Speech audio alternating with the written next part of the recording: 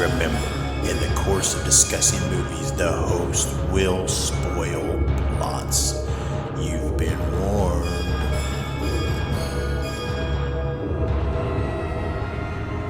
Listen to their screams.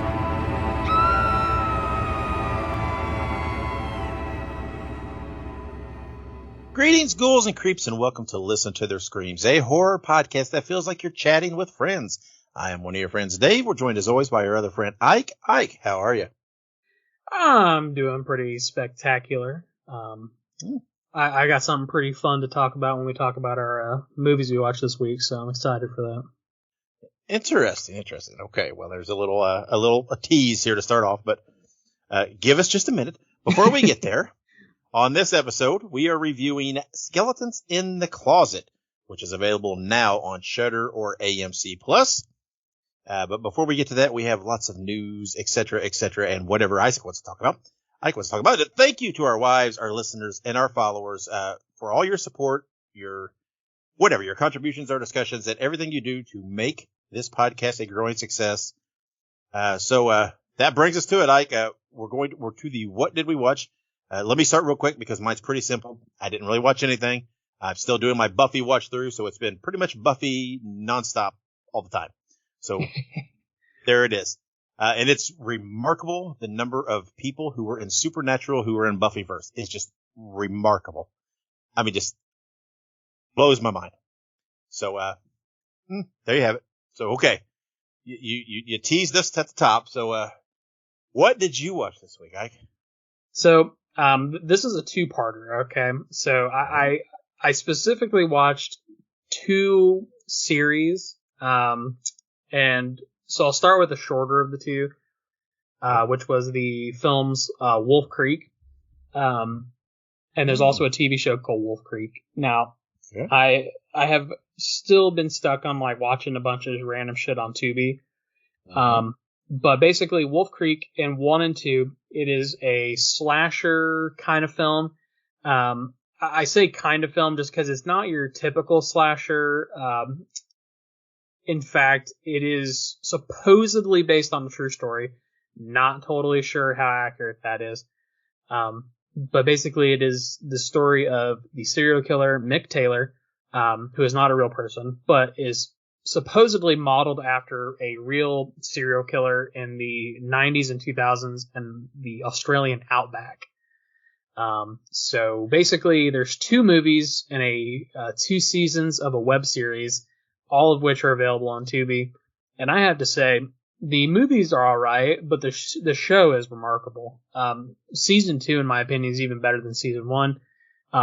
It's just such a good slasher movie, slasher TV show, has a very interesting story and a very believable story at that.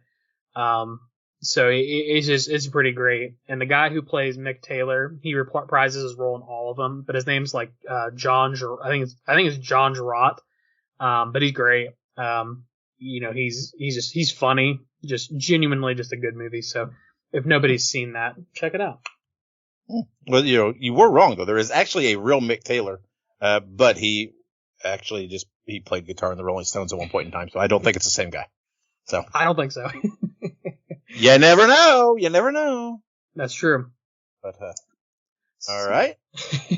So my second part, and this part wasn't as fruitful as the first part.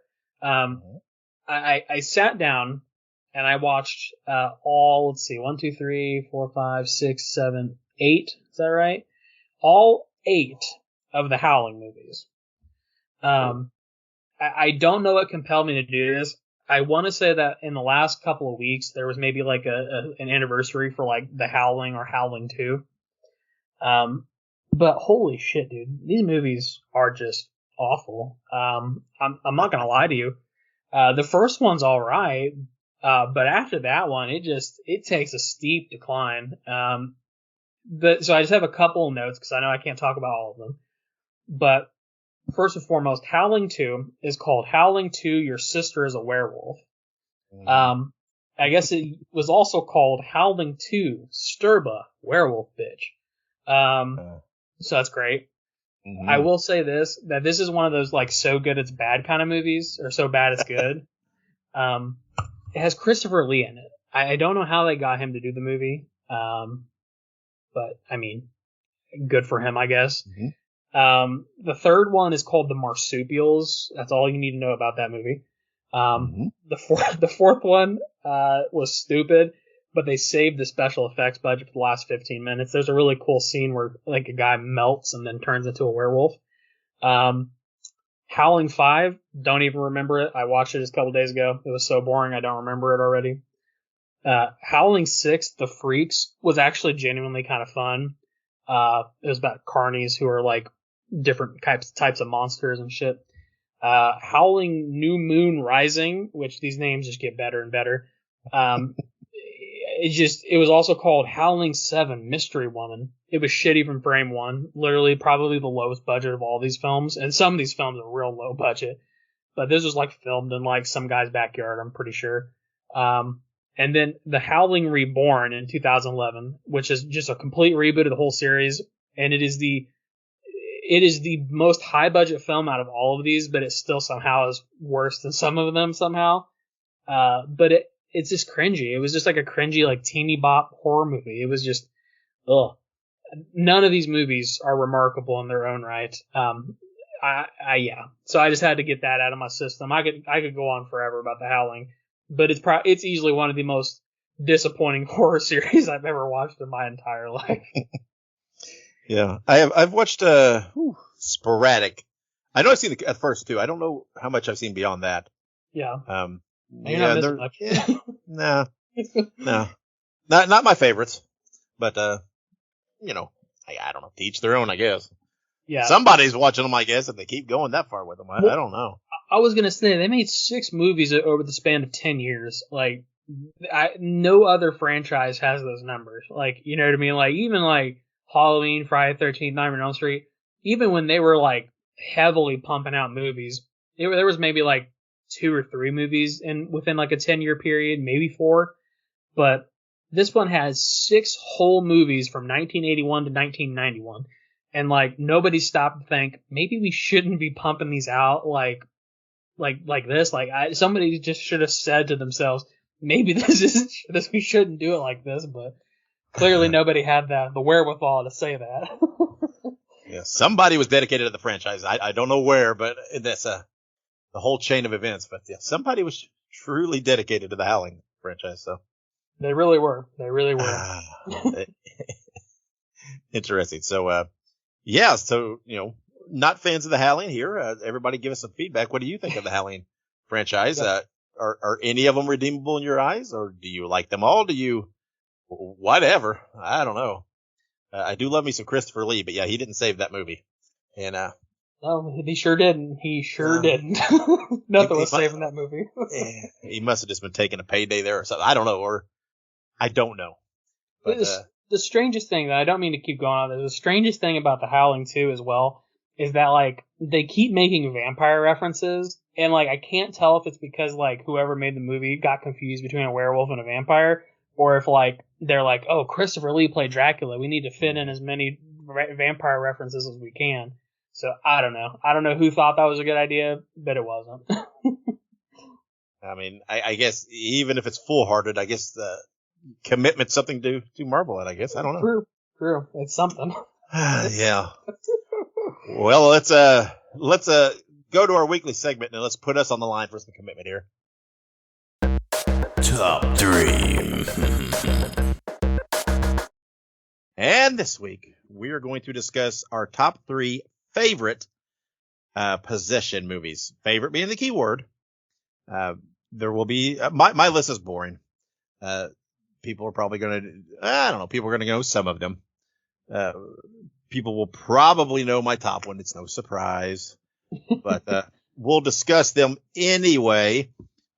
Before we dive in, I do have a couple. Well, no. Let me don't mention them yet because who knows, these might be on your list. So I do have a couple of honorable mentions who are knocking at the door of breaking into my top 3.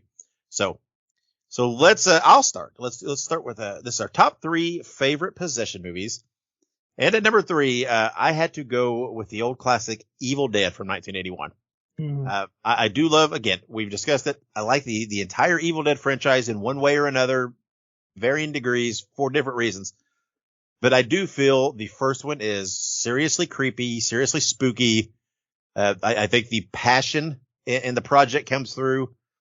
And it's just got, I don't know, it's got that character or that heart to it.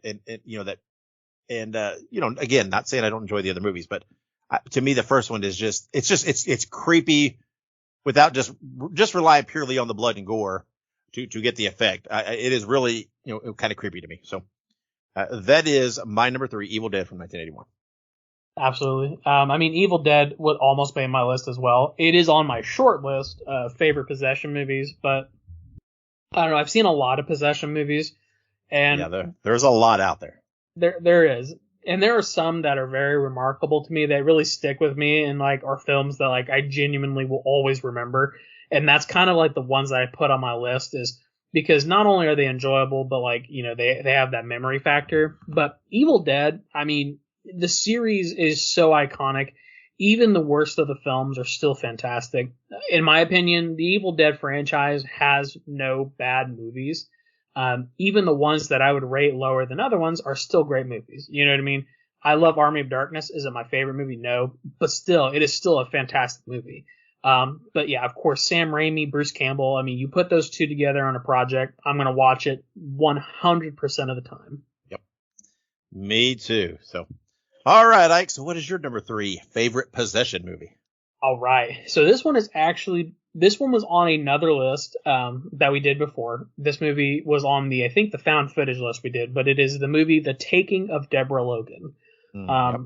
The Taking of Deborah Logan, in my opinion, still, it just will always stand out to me as a possession film, because it remarkably poses the idea and the concept of possession, not only in the aspect and perspective of possession, but also in the perspective of, somebody who has failing faculties. This one, in my opinion, because for people who don't know, the concept of possession is always, it's oppression first, right? Before you are possessed, you are oppressed by the demonic entity.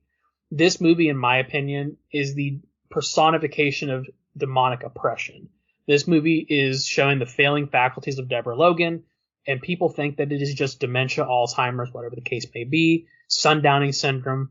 But at the end of this, it's obviously clear that it is more than that. She is possessed, and there is probably one of the creepiest scenes that I've ever seen in the caves of this movie. And it is forever one of my favorite movies, but also one of my favorite possession movies. Well, I can't comment. That's still a movie that I have not seen yet. I believe put it on the list. Yeah, I believe it. I believe we said the same thing the last time you brought it up, and whatever it was, that you were all over me about watching it. So yeah, I will have to watch that. Here we go. I will make a list, because sometimes I do that. I sit around and I'm trying to think of a movie to watch or something, and I'm like, what do I want to choose? And I forget about some of these movies that we discussed. So oh yeah, there we go. I officially have a list. So there we go. All right, moving on to my number 2 favorite possession movie. It is from 2012. It is Sinister. I very much enjoy this movie. I don't know. It's one of those, with a lot of movies, not that they're not good or whatever, but when you talk about movies in a particular subgenre or a very narrowed down field of style, sometimes you watch them and it can be a great movie, but you think, I've kind of seen all this before, right? It's just a retelling, right? Nothing, Sinister to me felt a little fresher than some of the others, a little different. I don't know. I don't lean super heavy, into all the ones with the, all the religious connotations and whatnot. And I know most of them have some of that. Yeah. But the ones that are just super, it might be a little ironic considering my top one, but, some of them, it's where that's heavily, and I'm not saying they're not good. I don't enjoy them again, but they often feel redundant. And to me, Sinister did not feel redundant as far as a possession movie. And of course I love me some Ethan Hawke. So, that is my number 2 favorite possession movie. Sinister again is on my short list. It's for sure in my top 10. Like you said, not only is it a great Ethan Hawke movie, but it's genuinely one of the most terrifying movies I've ever seen. And I stand by that. I think that there will come a day where people will look at Sinister the same way that a lot of people from your generation, Dave, look at The Exorcist. I genuinely think that. I think that Sinister will be The Exorcist for the modern generation in a lot of ways. But the Sinister movies, like you said, they definitely depart from the typical, style and expectations of a, possession movie, of a haunting movie. And Bagul, the demon in this movie, is so spooky looking. And Bagul is also a very real entity. A real entity in terms of the religion it is from.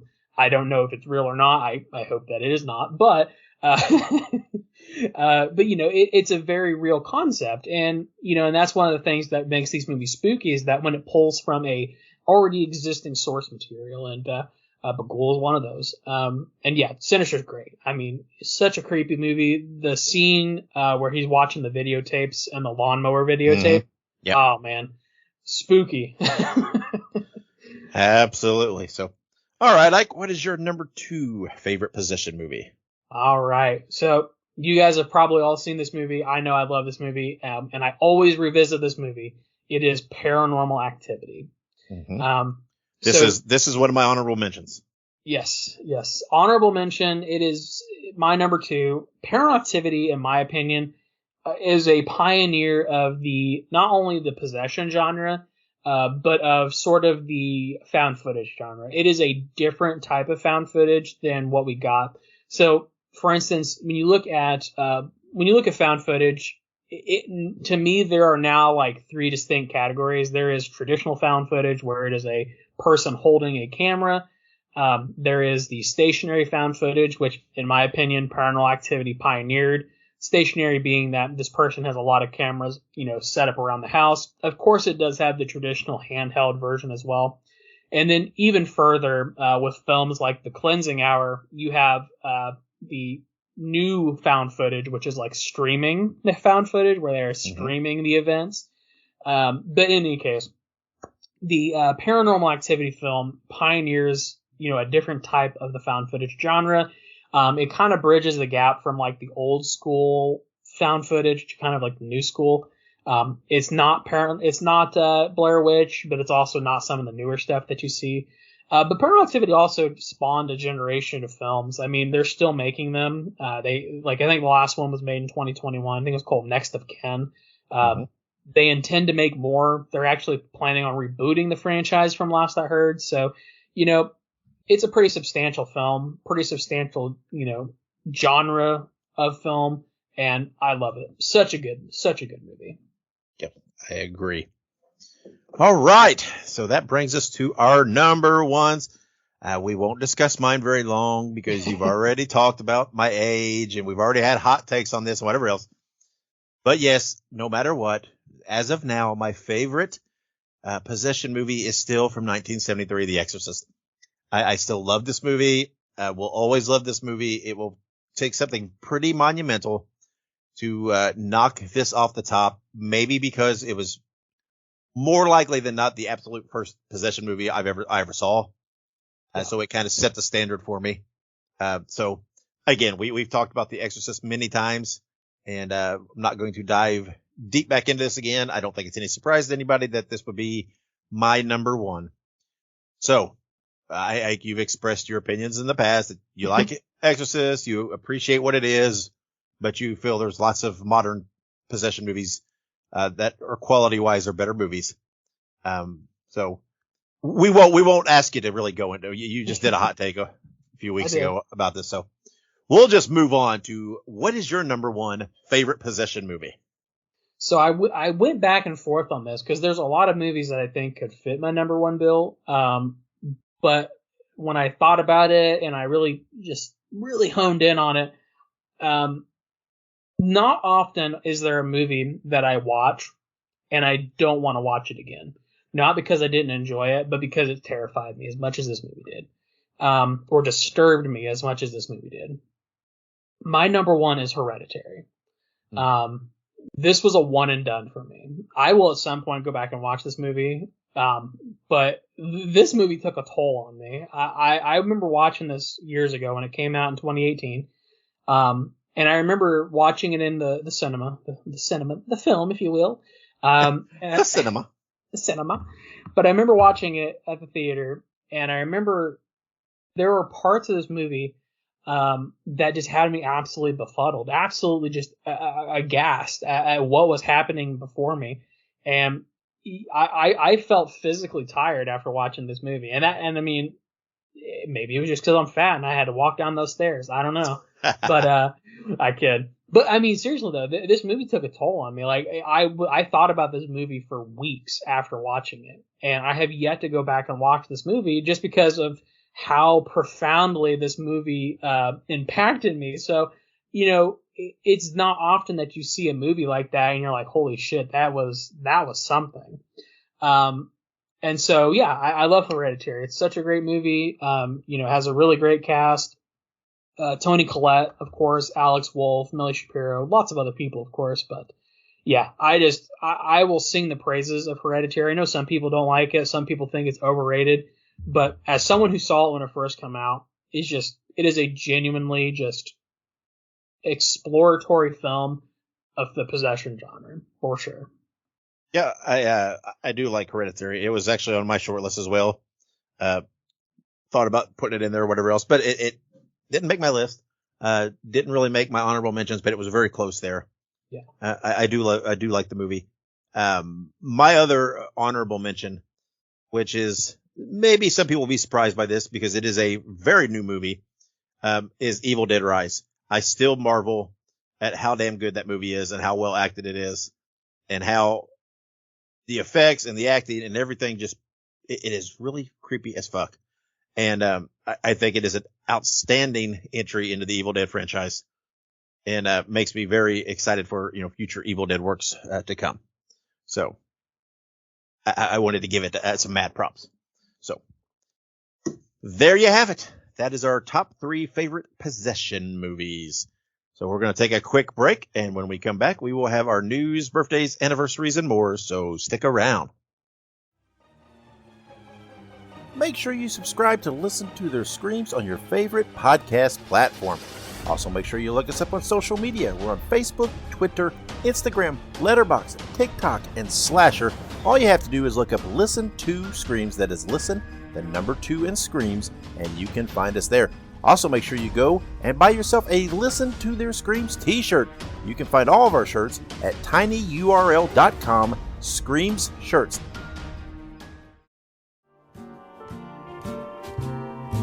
Spread the news. Spread the news. Spread the news. And we're back with the news. All right. So, first things first, I'm the realist. I'm just kidding. That's from a song from the olden days. Well, the olden days now.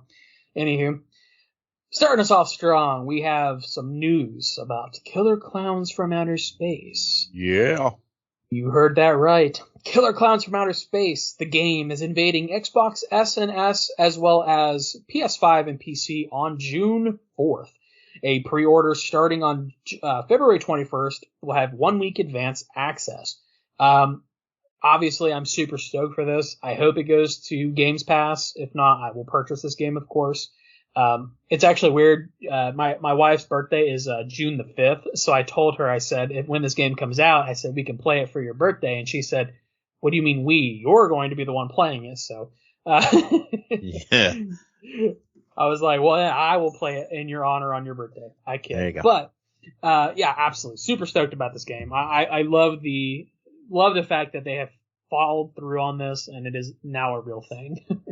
Yeah, there's so many people out there who've been so cynical about it. It's like, oh, it's taking too long. It's taking too long. It's not going to happen. They're just, I'm like, dude. And the thing is, I couldn't really say a whole lot, but I had chatted a little with one of the Kyoto brothers online. And he's like, yeah, it's happening. We're just, making sure it's right and blah, blah, blah. And, there'll be a date coming soon. And, this was just whatever, a month or two ago. So, and I couldn't really say anything, to spoil anything. On a side note, he has said that, as this thing gets full ramp, he might, he'd be more than willing probably to come on and do an interview with us and discuss Killer Clowns in the game or whatever else. So I was like, yeah. But yeah, I'm super excited. I love Killer Clowns, so anything to do with it, I'm all for. And this game, from everything I've seen so far, looks absolutely outstanding. Yeah, absolutely. All right. So obviously that's great news. We have some other good news as well. But before we do that, I wanted to mention this, and I totally forgot to mention it earlier, so I have to mention it now before I forget, because if I don't, my wife will kill me. Actually, I sent Dave a picture of this on Sunday, but for Valentine's Day, my wife made me a gift. It was a 20 horror movie dates, basically. And all of them are themed after a horror movie. But I just want to share it with everybody because it's really cool. She found it on TikTok.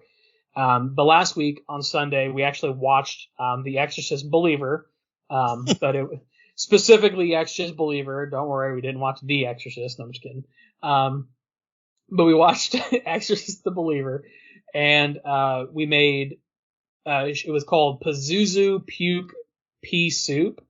It was just pea soup. There was no baby birding of the pea soup, I promise.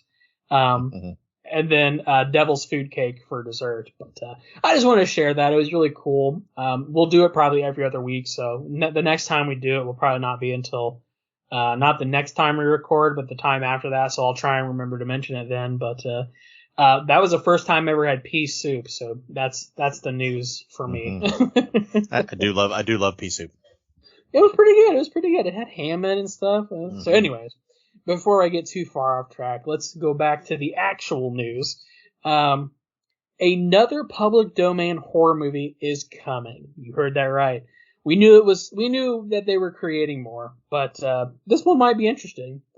Goldilocks and the Three Bears, Death and Porridge, is coming at some point. We don't know when. No word on release date, but obviously I'm going to watch it. It sounds fun.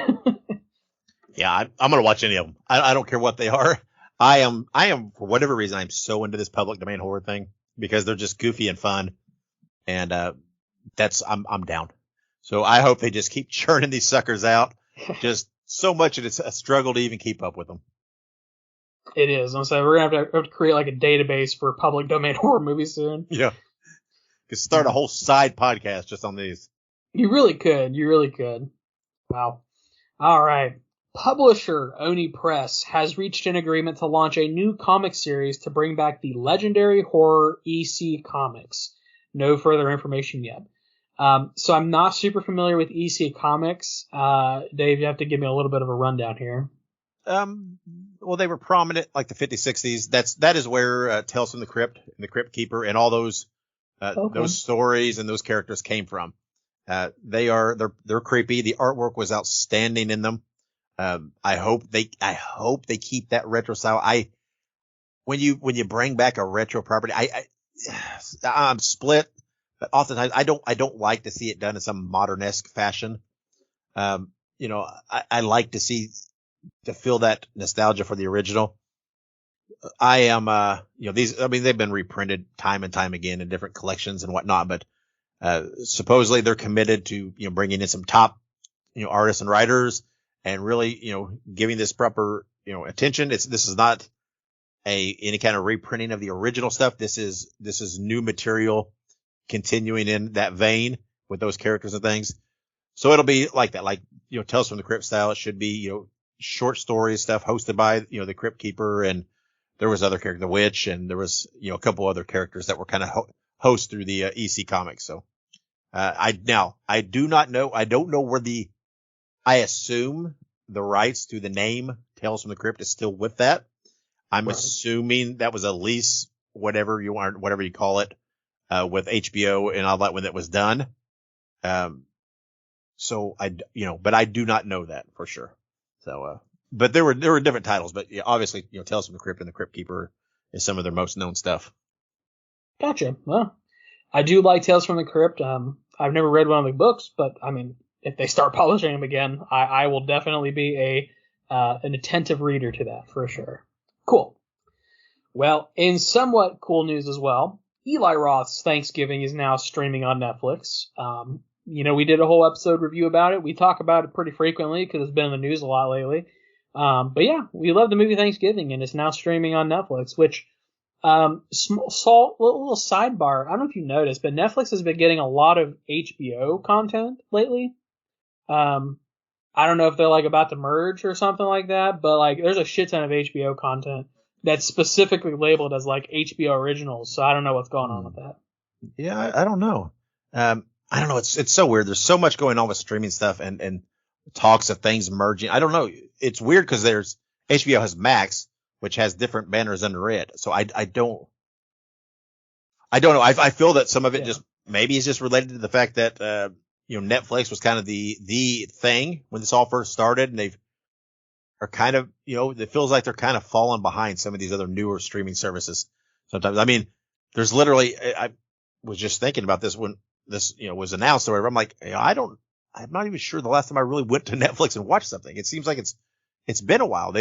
I mean, I know there are a few things, right? Like whatever the Gremlins cartoon was on there, and I think it's some other things like that, but it's like I don't find myself watching Netflix as much as I do the other streaming services. So perhaps they're just trying to make moves to boost their visibility. But yeah, I mean, Thanksgiving, it seems like every week we're talking about something or other, whether it's a new merchandise or hey, it's on video on demand, or hey, it's coming out in Blu-ray, or hey, now it's streaming. It's just like they're really keeping themselves relevant, and more and more and more I see people online talking about, hey, I'm just now late to the party watching this. This is a great movie. And I really expect it to go through the roof now that it's, on Netflix, that people that haven't seen it yet will get to watch it. And I don't see anybody out there saying it's not a good movie or they didn't enjoy it. And I think this movie is really still finding its even more of a footing.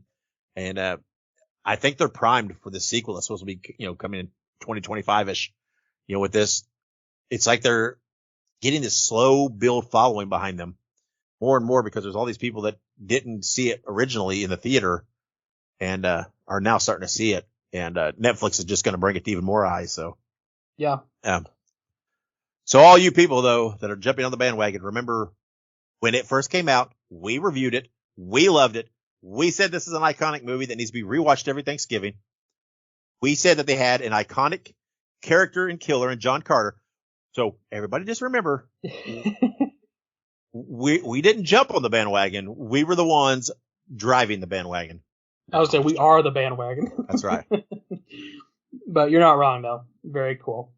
And if you jump on the bandwagon, then just please refer people to our review of something. Just joking. It's like the Simpsons with the bus drivers. He's like, "Don't make me tap the sign," and he taps the sign and it says, "We are the bandwagon." Yeah. Love it. But I love Thanksgiving to continue to get love. It's wonderful. Good stuff. And hopefully we'll have a sequel soon. All right. Upcoming birthdays. February 22nd, 1975, we have Drew Barrymore. From such films like E.T., Firestarter, and Scream. Drew Barrymore's, she has her, good stuff that she's done. She does a lot more, I would say, romantic comedy type stuff, like 50 First Dates and whatnot. But she does still have her, I guess her token roles for horror. Scream, of course, being, I think, one of the best. She gets killed in the beginning, but it is a memorable kill for sure. Yeah, I mean, most of her relevant to horror roles were when she was young. With Firestarter and everything. Scream, she was offered the Sydney role. Read it and was like, this doesn't sound like what I want to do, but I still want to be in it, but I want you to kill me. And, and it's wild because it's become so iconic now that you had this, who at that time was the biggest star in the movie. And you killed her before the title. And it was pretty cool. It was different. And I think it really helped set Scream apart right from the get go. And yeah, she doesn't do a whole lot. She has a talk show now and whatnot, but, she, obviously, has contributions to horror. She's, very, from everything I've ever seen, very fond of her contributions to horror and everything else. So, she was great as a kid in Firestarter. Yeah. So. And in E.T., of course. I was going to say, of course, E.T. Can't beat E.T. But, oh yeah. All right, moving on up. We have February 26, 1977. We have James Wan, who directed such films or produced such films like Saw, Insidious, and Conjuring. And Insidious and Conjuring were also on my short list for possession movies, just for everybody's record. The Conjuring, of course, iconic. Insidious, iconic. And, of course, Saw, one of our favorite film franchises. Such a good movie. Yeah. Obviously, Insidious and Conjuring came up, but it was like, it's one of those, it's hard to break out a movie from that, right? I mean, we've talked about them. We've counted down, what did we count on? The Conjuring? Which one was it? Or was it Insidious? Whatever it was. Yeah, okay. I think it was when Red Door came out, right? Yeah. And, but it's like, obviously there's some I like better than others, but to me, it's just hard to break anything out from the franchise. But in any case, it's remarkable when you look at the contributions he has to these franchises that he's helped create and direct and write. I mean, those are three of the biggest horror franchises of the last, 20 years or whatever it might be. It's pretty damn remarkable. It absolutely is. James Wan, I mean, obviously I don't want to get on a tangent, I don't want another Cuba Gooding incident, but, we're having a Cuba Gooding incident later in the episode. We sure will. But, but James Wan, he very much has one of the most iconic positions of like 2000s horror, where he has had his hands in so much good shit. And these three franchises, like you said, are some of the most iconic franchises of this generation. So, I mean, he will go down as one of the more iconic directors, of all time. He will probably be like a Wes Craven one day, where people look back and say, James Wan was my inspiration to make my horror film, or, he'll be one of those. He'll be a legend one day. Yeah. And there's no reason to believe he's done. I mean, he's still got a lot of career left. And what I love about it is, he loves doing these films, right? It's not like, okay, I just want to break in, so I'll do the stupid ass horror movie. Hopefully it does well and it'll catapult me on to. No, man, this is what he wants to do, it seems like. And I don't know, but the guy is obviously got great ideals. So it's exciting to think this is what he's done. What else will he do in the future? It's pretty cool. He may have 2 or 3 more iconic franchises under his belt by the time it's all said and done. Yeah. Who knows? No, for sure. He will do more, for sure. There's no doubt about that in my mind. But, all right. Moving on to some upcoming movie anniversaries. February 22nd, 1991, Bride of Reanimator. I have seen the Reanimator movie, guys, but I have not seen Bride of Reanimator. But I'm going to go out on a limb and say it is not as good as Reanimator. No. It's still fun. I still enjoy it. Not as good as the first one, no. Because the first one to me is just so fun and iconic. But it's still fun. It's still a fun watch. So. Absolutely. Well, I'll have to check it out sometime. It is on Tubi for free, if anybody's curious. I have seen it on there. But, February 24th, 2017, Get Out. Jordan Peele's first film, and I would say honestly, it's probably my favorite of his films. Us is great, of course, and so is Nope, and I'm sure Monkey Man and his other projects are going to be great too. But Get Out is just so iconic. Definitely one I need to go back and watch pretty soon. Yeah, to be honest, I don't know whether I've seen it more than the once. I don't know. But it is kind of fun because as we are recording this on Wednesday, February 21st, today is Jordan Peele's birthday. So there you go. Hey, happy birthday, Jordan. I know you're not listening, but happy birthday. And if you're out there, if you're following our social media, you would know this because it was posted on the social media today. So it sure was. Don't be a loser. Follow us on social media. Mm-hmm. Anywho, February 24th, 2024, celebrating its 1-year birthday anniversary, whatever you want to call it, Cocaine Bear. We reviewed this last year. It was a fun film. It was funny. Beyond that, it is nothing spectacular, but it is a fun film. Yeah. Yeah, it's definitely fun. I love it. It's definitely one of those movies that at some point I'll rewatch just because it's just so damn enjoyable. Yeah, absolutely. I think where is it streaming? I think it's is it on Peacock, I think, or Paramount? Not sure. It's one of the P's. It's been a while, so I'm not sure. I'll look that up here in a minute. But yeah, it's on one of the P's, as I call them. One of the P's. One of the P's. See, Peacock's a great streaming service. I like the app. Paramount is just absolute dog water. It is the one of the worst apps I've ever used in my entire life. It is, and the bad thing is, it's got good content, but it's just like not user friendly. It has SpongeBob on there. It's great, but I can't handle watching SpongeBob on it because it's so god awful. It's literally one of the worst things ever. Same thing with the Vudu app, but that's a whole nother question I could get just absolutely drawn out on. But yeah, it's awful because it's just there's so much stuff you want to watch in these apps, and it's just so bad. But they can all rest easy that no matter how bad they are, they're still not Amazon Prime. God, yes. Amazon Prime is the worst. I know they're trying, but they are not trying hard enough. again, it's got some good content, but God, I hate that fucking app. I do too. And they're putting ads on it now. They're putting ads on like the base level, like, of course, it's Amazon thing. Yeah. Anyways, before I get down on too much of a tangent about streaming services, February 27th, 1987, Nightmare on Elm Street 3, The Dream Warriors. AKA the best Nightmare on the Elm Street movie. I believe I said this last year, and I'm going to say it again. February 27th should be a national holiday. This is one of my favorite horror movies of all time. Do I think it is one of the greatest made films of all time? No, I don't care. So much fun.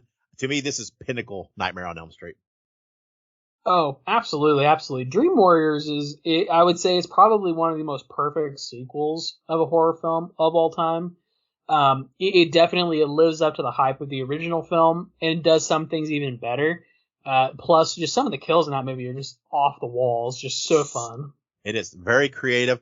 That the Freddy sarcastic humor, whatnot is perfect, spot on in this movie.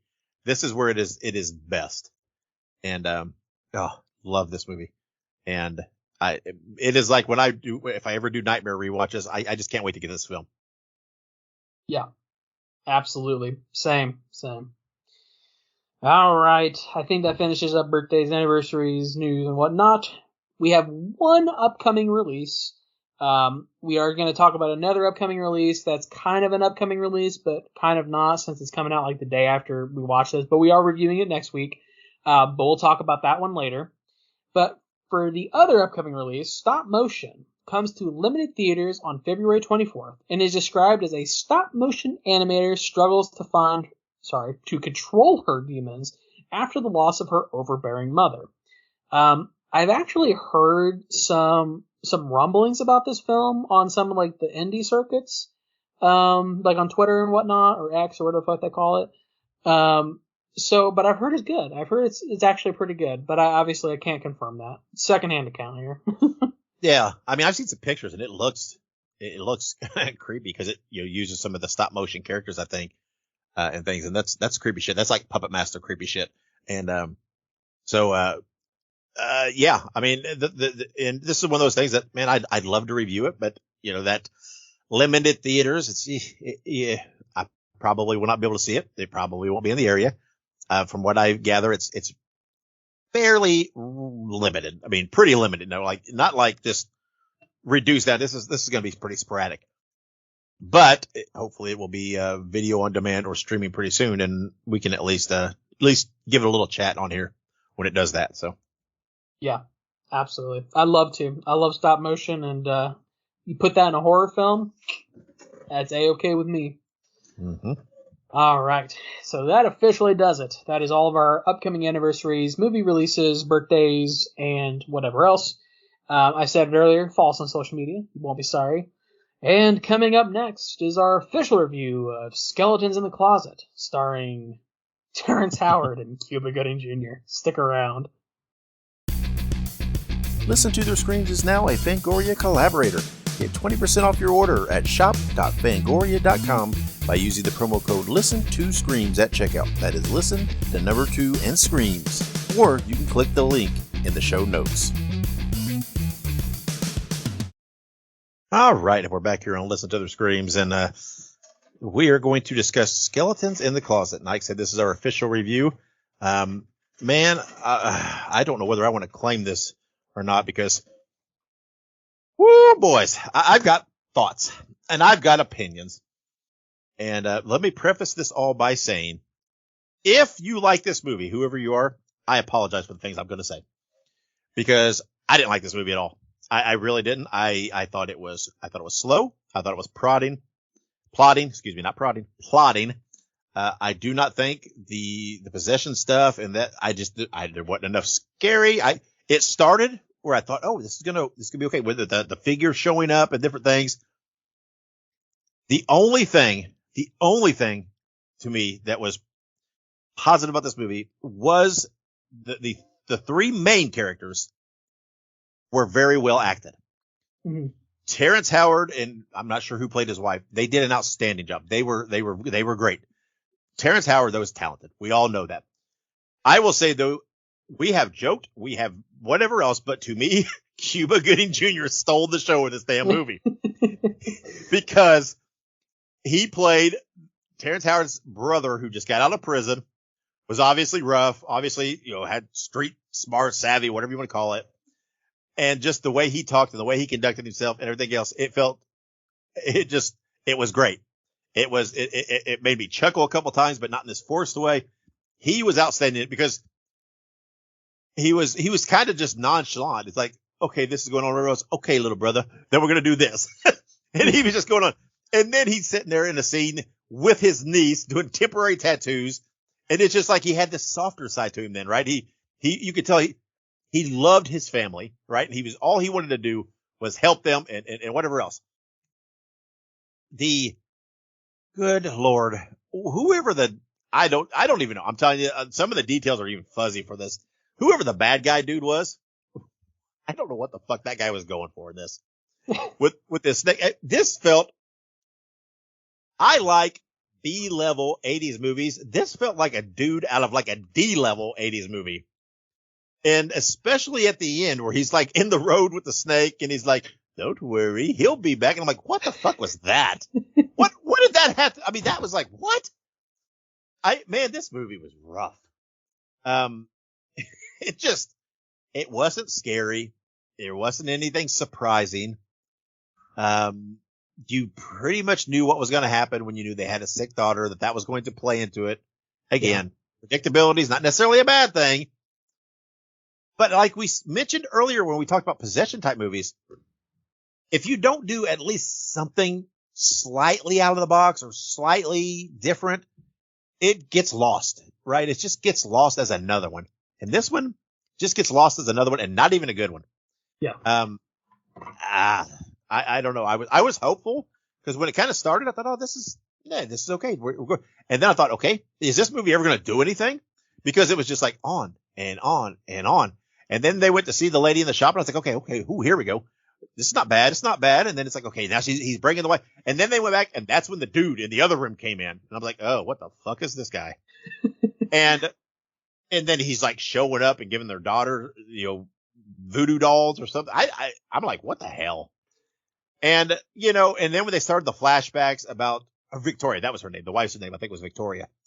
They were doing the flashbacks about her parents and her mother and stuff. You're like, okay, well, this is clearly going to tie back into it.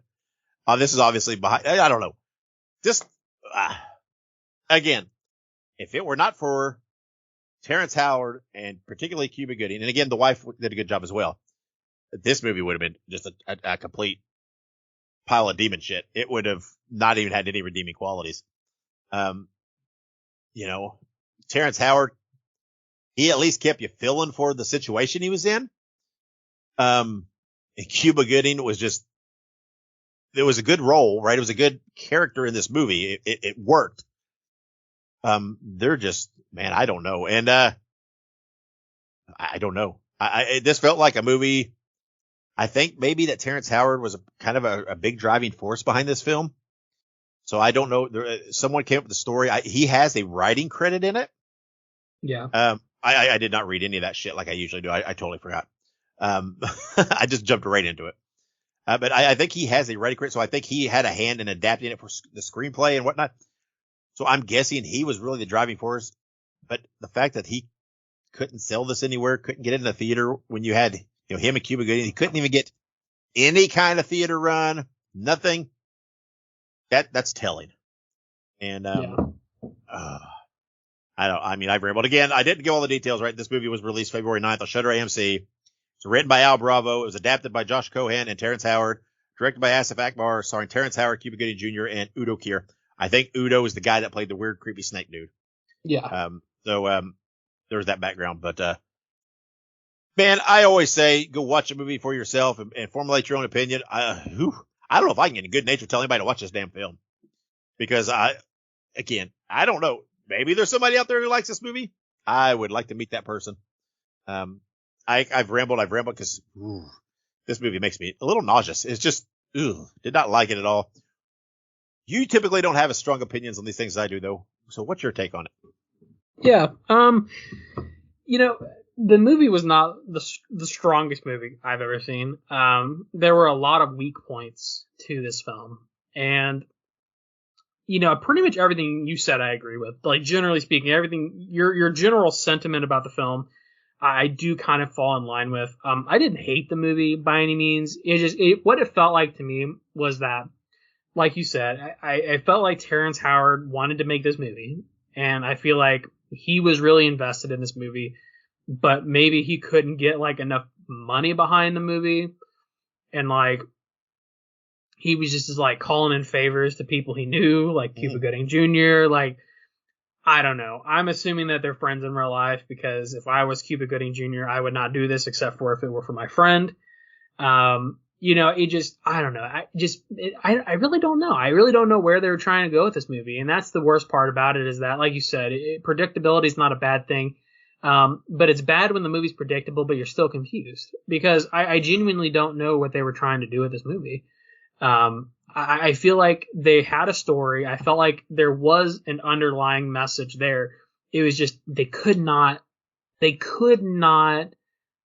guide the plane to safety, if that makes sense. It just felt like they were going all over the place. They were going in circles, and you had all these subplots where, like, the Valentina, which was the wife, her mom was like killed herself to like save her or something like that, and then at the end, Valentina sacrificed herself. It was just this whole like it's just confusing. It's redundant. It's but like you said, I think that Terrence Howard did a fantastic job in this movie. I mean, he is such a good actor. And like you said, Cuba Gooding Jr.'s character was hilarious, and just he was authentically funny. He wasn't even trying. He was just natural. He felt natural. It genuinely felt like Terrence Howard and Cuba Gooding Jr. were brothers, and that they were just living life. You know what I mean? But it just felt like they were in like some weird like Truman Show like movie where like everyone around them was just very poorly acting, and they were just like acting supernatural. So yeah, it was just, I don't know. It was just weird. It didn't really, I don't know. It kind of made my eyes itch a little bit. It was kind of weird. I don't know if that makes sense. It was just like, I felt like I'm missing something.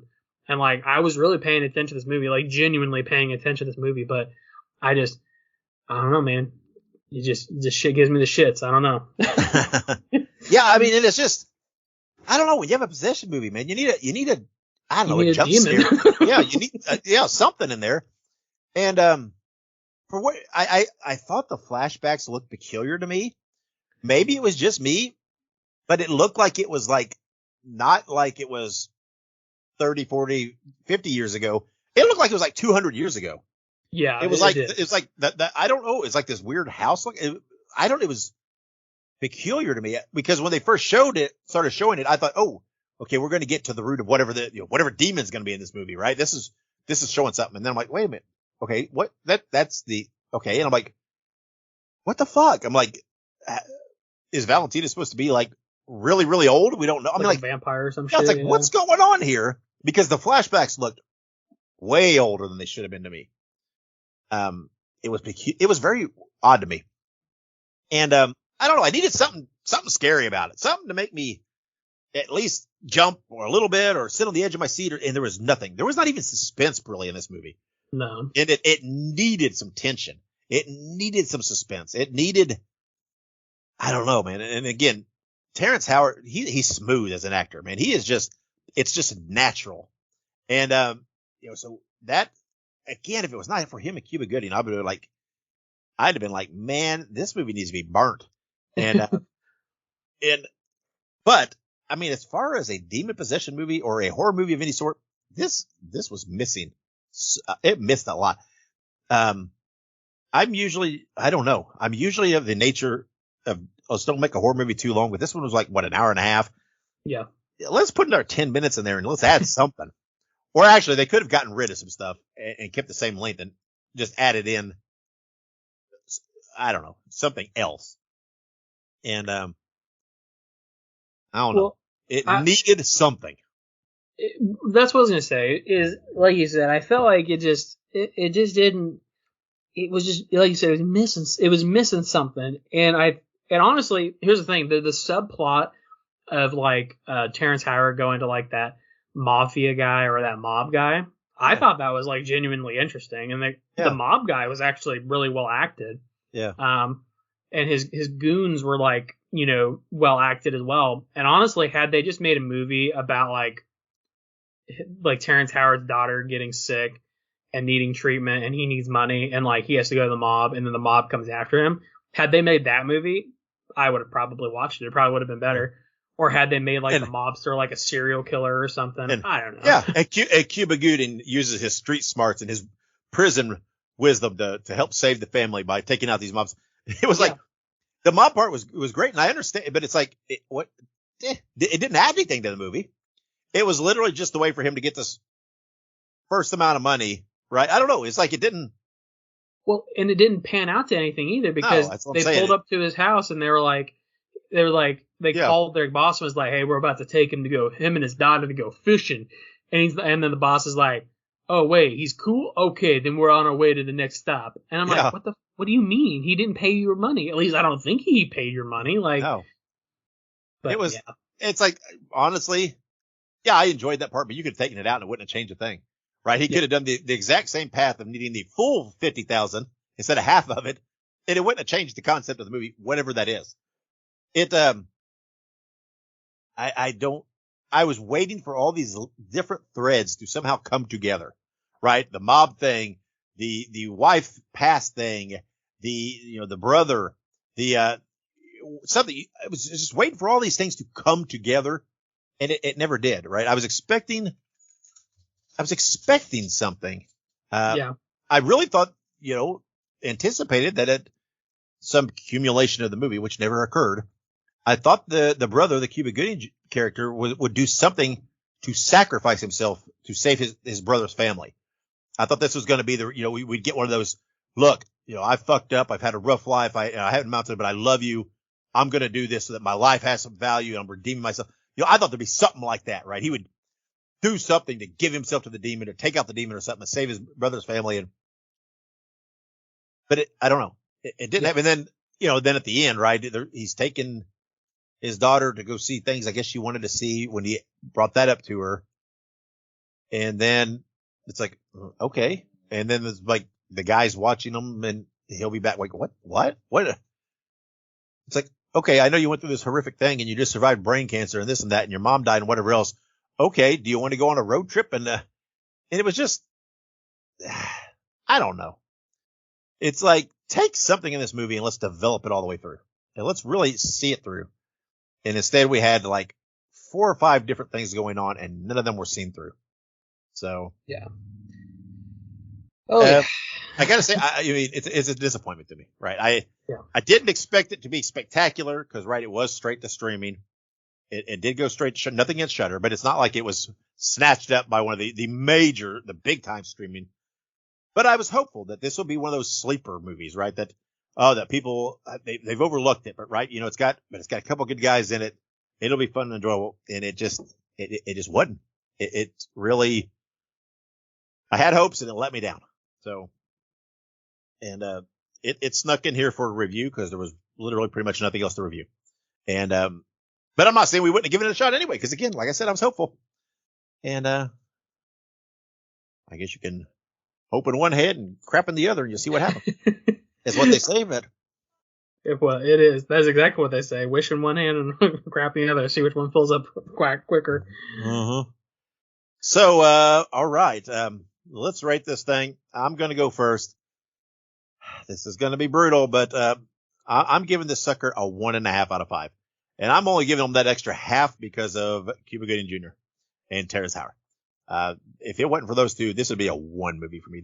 We're talking, I might be more inclined to rewatch Thanksgiving than this thing. And, it didn't do it to me. There was not enough enjoyment for it to even get to a 2 for me. And again, if it was not for those 2 actors in it, this would have lost another half a scream for me. So 1.5 out of 5 for me. So Ike, what are you giving this movie? I'm not much off from you.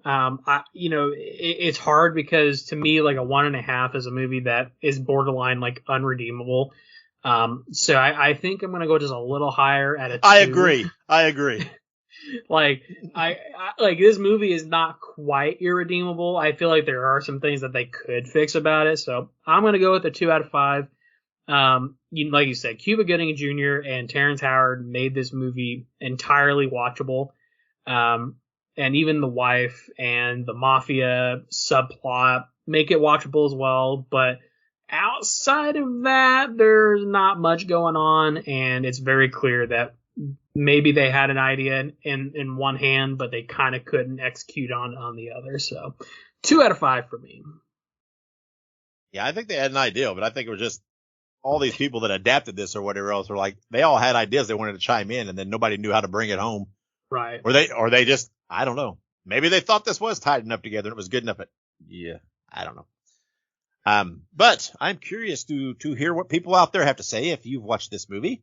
What did you think of it? Does anybody out there think more highly of this movie than we do? I would be curious to hear the defense on it. I'm not looking to argue. I'm not looking to try to break apart your opinion. I just want to hear what someone who really enjoyed this movie, what it was they enjoyed about it, and where the differing opinions lie. And but at the end of the day, they are just opinions, so I respectful. Once again, I love lots of bad movies, and this just is not one of them. Yeah. So, but next week, like I briefly mentioned earlier, we're going to be reviewing a movie called History of Evil, which will be released on February 23rd. That's the day after this episode drops on Shudder and AMC. It is described as a family on the run from a corrupt state takes refuge in a safe house with an evil past. I've heard good things about this movie. To me, it has a little bit of buzz online going. From the description, it sounds really intriguing and interesting to me. I'm not trying to. I'm fighting not being guarded after the skeletons in the closet thing. But I have higher hopes for this one. But we'll see. We'll see next week if History of Evil can bring Shudder back up into prominence in our minds.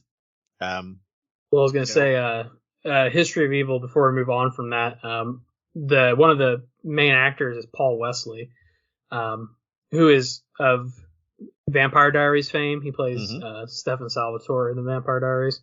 But also him and the guy who plays Damon, who his name is escaping me right now, Ian Somerhalder, they have a bourbon brand called Brothers Bond. And just for shits and kicks, I bought a bottle of that not too long ago, and it's pretty good. It's pretty good bourbon. Good deal. Yeah.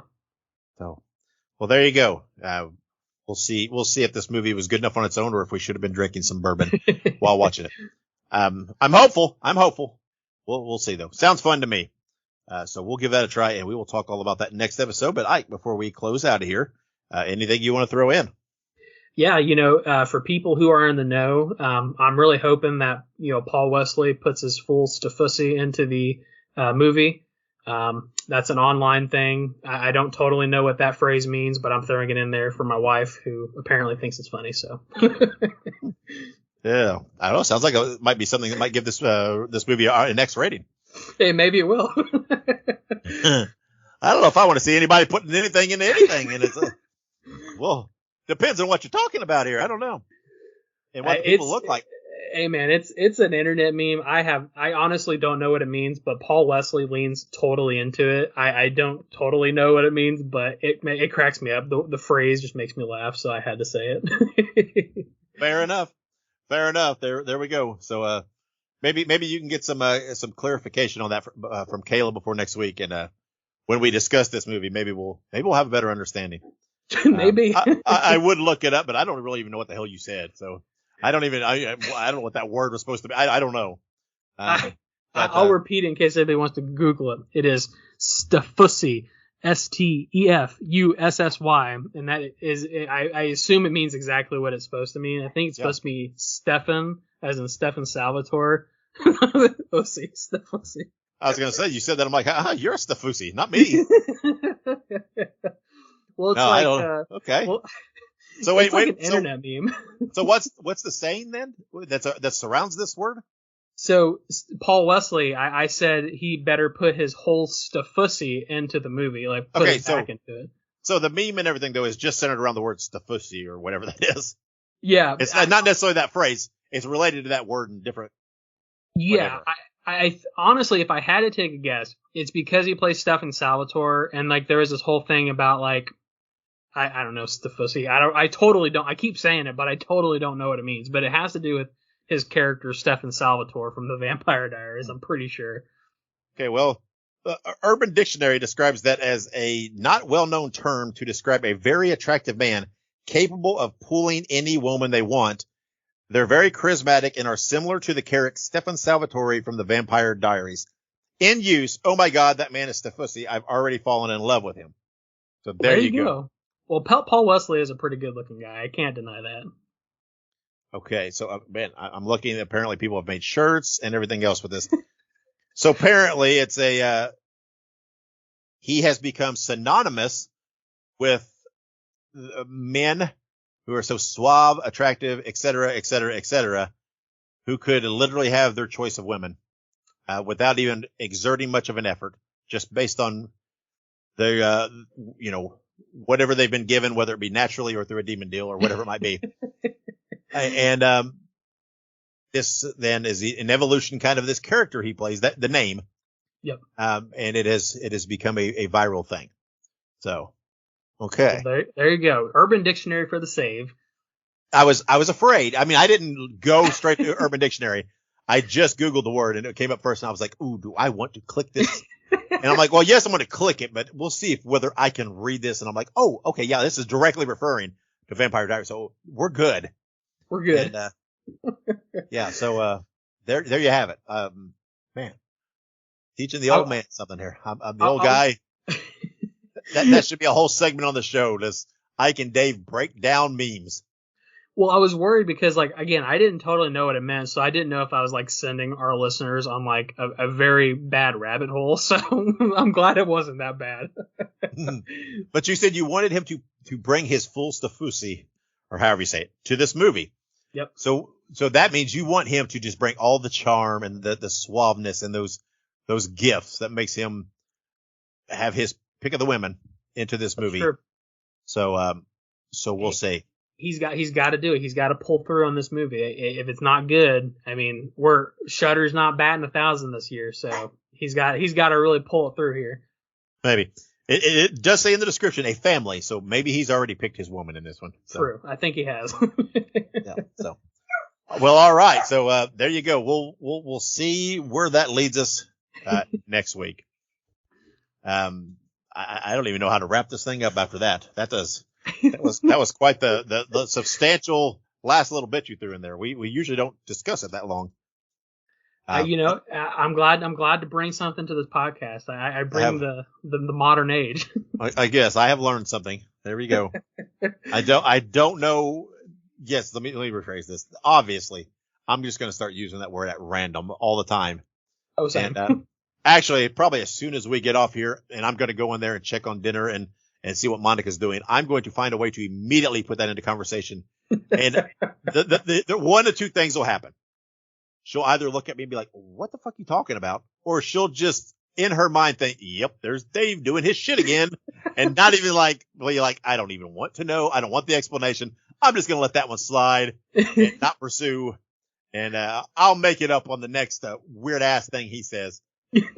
Because I'm full of random shit like that all the time. And I'll be, come in there and be like, oh, man, do you know what I found out today? You know in that like season 2 episode of Thundercats from like 1985, what happened? And she's like, no, clearly I don't know that. And I'm like, well, you're about to know. And that leads to a whole discussion because then as I start to explain it, she can't just rest with knowing the peripheral facts, right? So as I start talking about whatever it is, she'll be like, okay, so wait, who's that? So that'll just lead me down another story. I have to explain that person or that character or whatever.